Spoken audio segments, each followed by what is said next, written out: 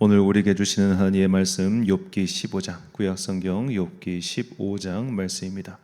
욥기 15장 1절부터 35절까지 말씀 이제 봉독하겠습니다. 하나님의 말씀 경청하십시오. 대만 사람 엘리바스가 대답하였다. 지혜롭다는 사람이 어찌하여 열을 올리며 궤변을 말하느냐. 쓸모없는 이야기로 논쟁이나 일삼고 아무 유익도 없는 말로 다투기만 할 셈이냐. 정말 너야말로 하나님을 두려워하는 마음도 내던져버리고 하나님 앞에서 뉘우치며 기도하는 일조차도 팽개쳐 버리는구나. 내 죄가 내 입을 부추겨서 그 혀로 간사한 말만 골라서 하게 한다. 너를 정죄하는 것은 내 입이지 내가 아니다. 바로 내 입술이 내게 불리하게 증언한다. 내가 맨 처음으로 세상에 태어난 사람이라도 하며 산보다 먼저 생겨난 존재라도 되느냐. 내가 하나님의 회의를 엿듣기라도 하였느냐. 어찌하여 너만 지혜가 있다고 주장하느냐. 우리가 알지 못하는 어떤 것을 너 혼자만 알고 있기라도 하며 우리가 깨닫지 못하는 그 무엇을 너 혼자만 깨닫기라도 하였다는 말이냐. 우리가 사귀는 사람 가운데는 나이가 많은 이도 있고 머리가 센 이도 있다. 내 아버지보다 나이가 더 든 이도 있다. 하나님이 내게 위로를 베푸시는데도 내게는 그 위로가 별것 아니란 말이냐. 하나님이 내게 부드럽게 말씀하시는데도 내게는 그 말씀이 하찮게 들리느냐.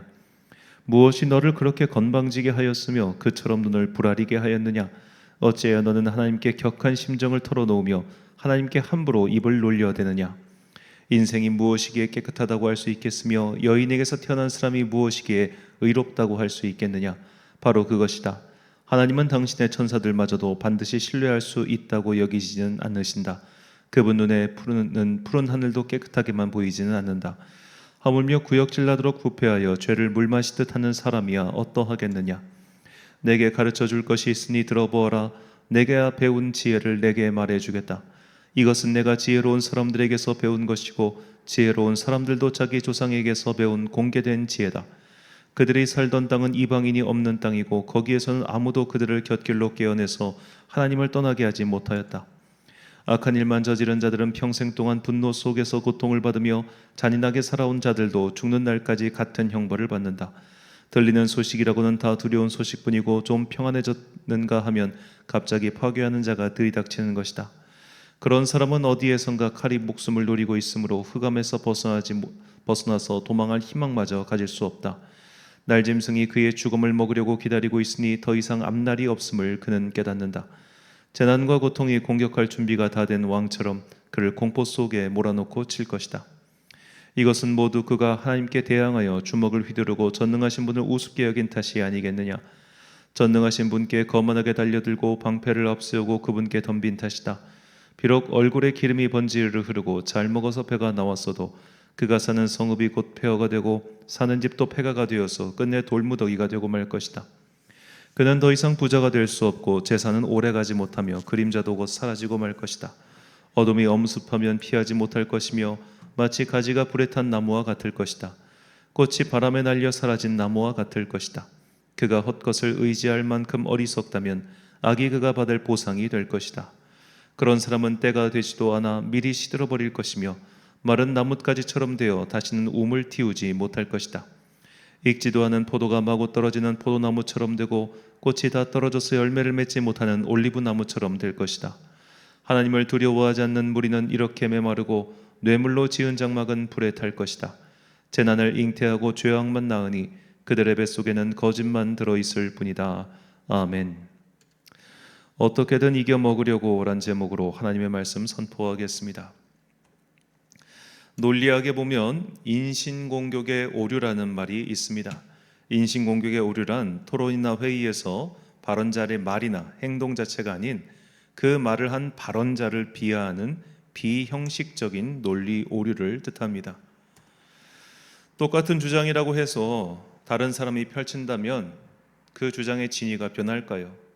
당연히 변하지 않습니다. 그냥 주장은 주장일 뿐 그 주장을 한 사람의 어떤 사회적 지위나 위치 혹은 행적에 따라서 그 주장의 논리가 달라지는 것은 아니죠.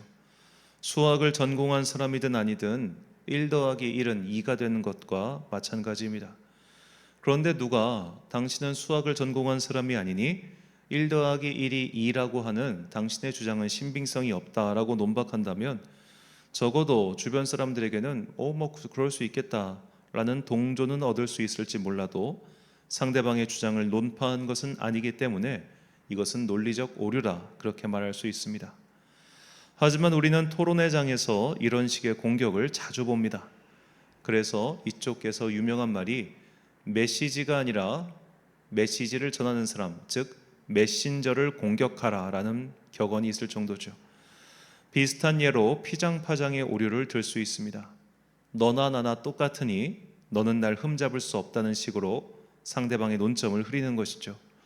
요새날 정치권에서 많이 벌어지는 방식입니다.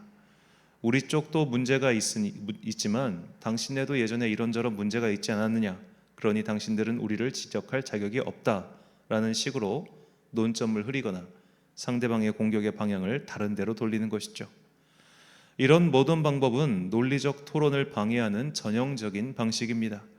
그래서 법정에서 이런 식으로 상대방의 주장을 논박하면 판사에게 지적을 당한다고 하네요. 오늘 본문에 나오는 욥의 지인 대만 사람 엘리바스의 말이 바로 전형적인 인신공격의 오류를 보여주고 있습니다. 욥기의 토론 주제는 결국 세계관입니다. 욥과 그의 지인들이 가지고 있었던 세계관은 신상필벌의 세계관이었습니다. 그 세계는 인과관계가 명확한 곳이었죠. 그런데 지금 욥에게 일어난 일은 인과관계가 불분명했습니다. 그래서 욥은 지인들에게 말하는 겁니다. 나는 이전까지 인과관계와 그에 따른 신상필벌이 명확한 세계가 있다고 믿어왔다. 그런데 내가 이 일을 당해보니 반드시 인과관계가 분명한 일이 세상에서 일어나는 것이 아니며 신상필벌이 정확하게 일어나는 것도 아니다. 이런 식으로 그는 기존의 세계관이 붕괴하였음을 알리는 것이고, 욥의 지인들은 그런 욥의 주장에 대해서 기존의 세계관은 무너진 것이 아니다. 기존의 세계관은 여전히 존재한다. 다만 네가 너의 죄를 인정하지 않을 뿐이다 라고 그렇게 말하는 거죠. 정리하자면 욥의 주장은 인과관계에 따른 신상필벌의 세계관은 무너졌다는 주장이며, 지인들의 반박은 인과관계와 신상필벌은 여전히 존재하니 너의 잘못을 인정하라 라고 하는 것, 이렇게 되겠습니다. 결국 이 대화는 세계관의 충돌이죠. 욥은 새로운 세계관을 정립하지는 못했지만 과거의 세계관이 붕괴되었음은 분명해 보였습니다. 그렇다면 상대방은 그 욥의 주장을 반박해야 되는 그 상대방은 자신이 지키고자 하는 이 세계관에 대해서 논리적 근거를 대면서 상대방의 주장을 반박하면 되는 거예요. 여전히 인과관계에 따른 신상필벌은 존재하며 그 근거는 다음과 같다라는 식으로 말입니다. 그런데 욥의 지인들은 이 논쟁을 논리적으로 풀지 않고 다른 방법으로 풀어가는데, 이것이 메신저, 즉 화자, 말하는 사람을 향한 공격이었습니다. 본문 8절부터 10절까지 말씀. 하나님의 오묘하심을 내가 들었느냐? 지혜를 홀로 가졌느냐? 내가 아는 것을 우리가 알지 못하는 것이 무엇이냐? 내가 깨달은 것을 우리가 소유하지 못하는 것이 무엇이냐? 우리 중에는 머리가 흰 사람도 있고 연로한 사람도 있고 내 아버지보다 나이가 많은 사람도 있느니라. 자, 엘리바스는 이렇게 욥, 즉 말하는 사람을 공격한 후에 14절부터 35절까지 기존의 세계관을 지키기 위해서 주장을 펼칩니다. 하나님 앞에서 의로운 자란 없으며 여전히 세상에서는 악인들이 자신이 저지른 죄에 따라 심판을 받고 있다라고 그렇게 말하죠. 하지만 이런 식의 논리 전개는 다른 증거가 등장하는 순간 무너질 수밖에 없습니다. 악인이 아닌데도 고통을 겪는 이들은 무엇입니까? 욥은 자신이 바로 그런 증거라고 하면서 그들이 말하는 세계관이 허점이 있다, 그렇게 말을 하는 겁니다. 지인들은 자신들이 그동안 믿고 있던 세계관, 이것이 틀렸을 리가 없으니 욥, 당신이야말로 죄를 지은 사람이다라고 말하는 것이죠. 그리고 하나님 앞에서 죄 없는 이가 없으니 이 세상에서 어떤 사람에게 일어난 일은 모두 인과관계가 성립하며 신상필벌이 여전히 적용되고 있다, 그렇게 말을 하는 겁니다. 즉 욥은 내가 바로 증거다라고 하지만 이 욥의 지인들은 그 증거 자체가 틀렸다라고 그렇게 말을 하는 것이죠. 이런 메신저를 향한 공격의 문제는 논점을 흐리고 대화를 건설적으로 하지 못하게 만든다는 겁니다. 그냥 감정 싸움질만 하게 만들죠. 그래서 정치권에서는 정적을 공격할 때 메신저 공격을 일삼습니다. 소위 인신 공격질을 하는 것이죠. 이게 어느 쪽 진영이든 골고루 피해를 입히는 가장 좋은 방법입니다.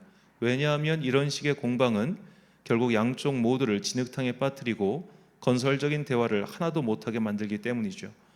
한마디로 모든 대화를 다 시간 낭비로 만들어버리는 겁니다. 그래서 이 독자들 입장에서 욥기가 중간서부터 읽기 싫어지는 이유가 여기에 있습니다. 흥미가 확 떨어집니다.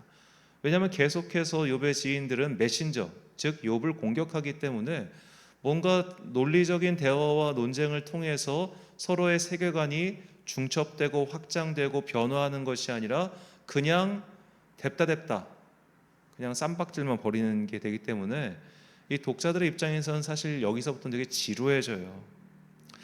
그렇다면 사람들은 어째서 이런 인신공격의 오류를 벌이면서까지 이런 무의미하고 쓸데없는 짓을 도대체 왜 할까요? 호승심 때문입니다. 기어이 상대방을 이겨먹고 싶은 마음에서 이렇게 하는 겁니다. 스스로를 바꾸거나 변화할 생각은 요만큼도 없고 오직 상대방만 모욕을 주고 이기면 그만이란 태도, 이런 태도가 바로 이런 화법을 만들어내는 것이죠. 이런 것이 설교자 또는 목사를 대할 때도 동일하게 나옵니다. 당신 같은 사람이 하는 말이 무슨 신빙성이 있고 뭐라도 있겠어? 라는 식으로 말이죠. 사실 설교란 그 설교자가 대단한 사람이라서 대단한 말을 하는 것이 아니라 성경이 대단하기에 그 성경을 풀어서 전하는 것이 대단한 겁니다. 그가 자신의 권위가 아니라 성경의 권위를 의지해서 그 성경을 근거로 말을 하기 때문에 그의 주장이 신빙성이 있고 그의 주장이 진리가 될 수 있는 것이지, 그가 무언가 특별한 사람이기 때문에 그가 하는 말 자체가 특별해지는 게 아니에요. 이렇게 자꾸만 화자를 주목하는 사람들이 나중에 어떻게 되느냐, 그 말하는 사람을 교주처럼 여긴단 말이에요. 그런 일들이 지금 우리한테서 얼마나 많이 일어나고 있습니까?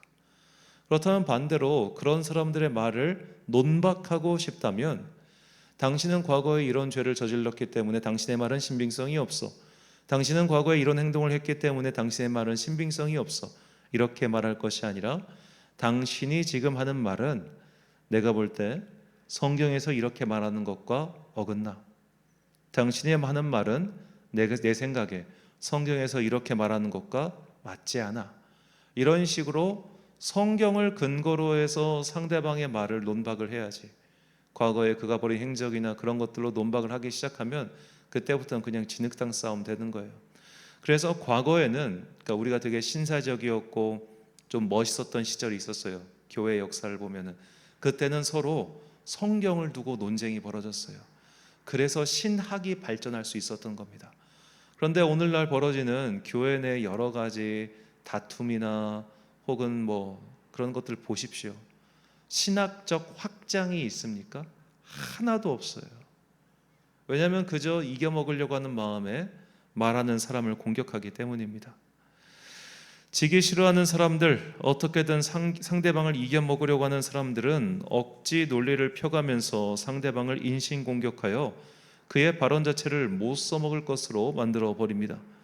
이것은 마치 예수님의 주장에 대해서 반박할 수가 없으니 그는 갈릴리 출신이야, 그는 나사렛 출신이야, 야 거기서 무슨 선한 것이 나오겠냐, 이런 식으로 예수님 자체를 인격 공격, 인신공격, 한마디로 하찮은 자로 취급해서 그가 하는 모든 말을 하찮은 말로 치부하려고 했던 바리새인과 사두개인의 태도와 똑같다, 그렇게 볼 수 있겠습니다. 자, 이렇게 상대방을 공격해서 그의 말을 이겨먹을 수가 없으니 어떻게든 상대방을 공격해서 그가 하는 말 자체를 만들려고 하는 그런, 어떻게든 이겨먹으려고 하는 그런 호승심, 그 마음이 내 속에서 일어날 때 이 사도 바울의 조언을 꼭 기억하시기 바랍니다. 로마서 12장 21절 말씀, 악에게 지지 말고 선으로 악을 이기라. 아멘. 사랑하는 천안광성교회 성도 여러분, 그리고 이 새벽을 함께 깨우고 계신 귀한 주님의 자녀 여러분, 상대방의 주장이 아닌 그 주장을 하는 사람을 공격함으로써 상대의 그 주장을 아예 무의미한 것으로 만들어 버리려고 하는 것은 사실 논쟁에서 이길 수가 없으니 시도하는 비겁한 행동에 불과합니다. 무엇보다도 이것은 대화 자체를 무의미한 것으로 만들며 상호 간에 아무런 발전도 일으키지 못합니다.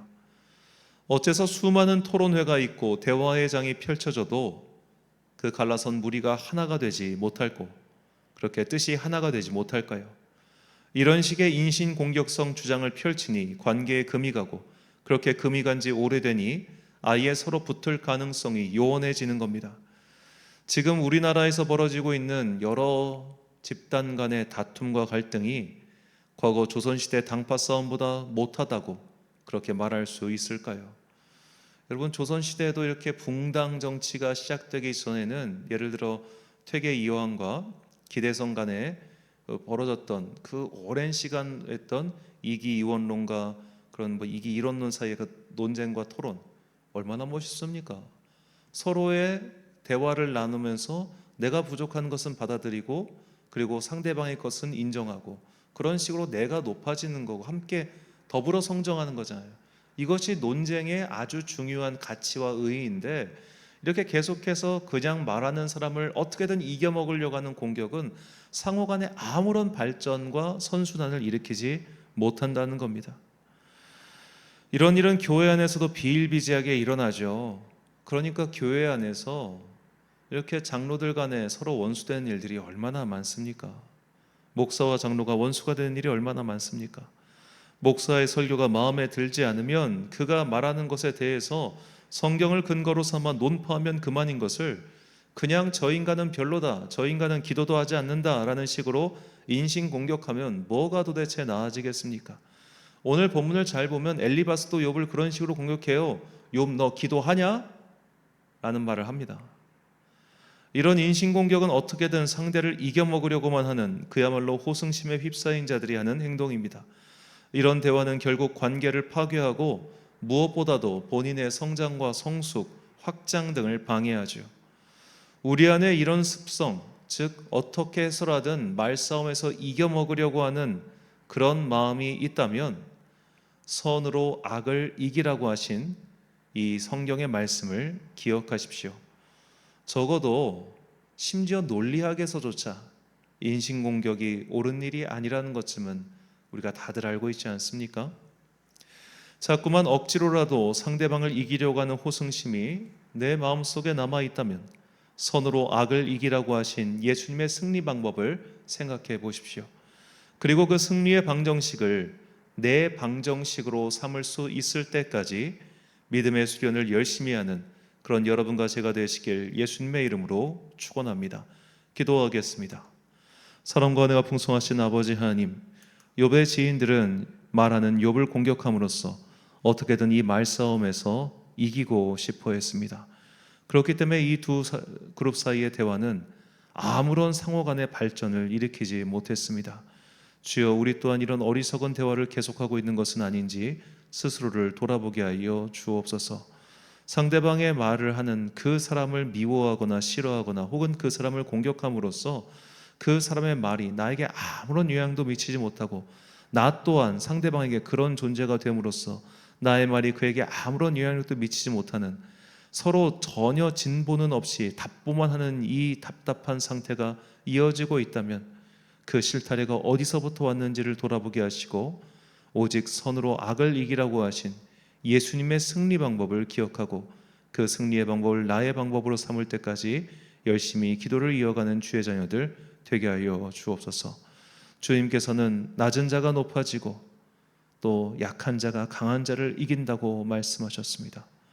예수님의 승리 방법을 우리가 기억하고 어떻게 해서든 누구에게도 지지 않으려고 하고 어떻게 해서든 이겨먹으려고 하는 그런 비루한 태도를 이제 모두 버리고 예수 그리스도의 넓은 사랑의 마음으로 그의 말을 잘 듣고 또 그의 말 속에서 틀린 것이 있다면 그 말 자체로 틀린 것을 지적함으로써 상호간의 아름다운 성장을 이뤄가는 주의 자녀들 되게 하여 주옵소서.